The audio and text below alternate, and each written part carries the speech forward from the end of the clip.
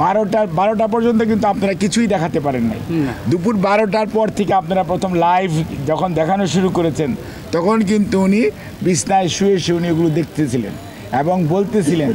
যে আল্লাহর কাছে শুকরিয়া আদায় করতেছিলেন। যখন উনি পালিয়ে যাচ্ছে, ওই যে ছবিটা যখন আপনারা দেখাইছেন তখন উনি বলছে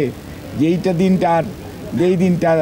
দেখার খুব প্রয়োজন ছিল, যেহেতু অনেক নির্যাতিত ছিল। তখন আবার উনি বলেছে তোমরা এগুলো না করো যাতে কেউ কাউকে কোনো প্রতিহিংসা পরায়ণ না হয়, যেটা আপনি পরবর্তীতে একদিন পরে উনি যে ভিডিওটা দিয়েছিলেন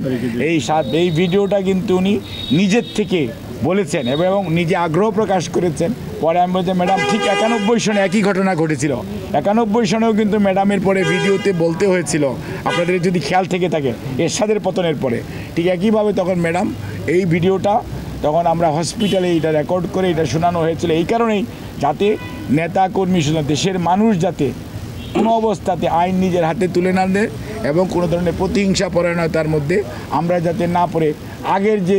ঐতিহ্য সেটা আমরা ধারণ করতে চাই না, আমরা প্রতিহিংসা চাই না, আমরা আইনানুগ বিচার হোক সেটা চাই।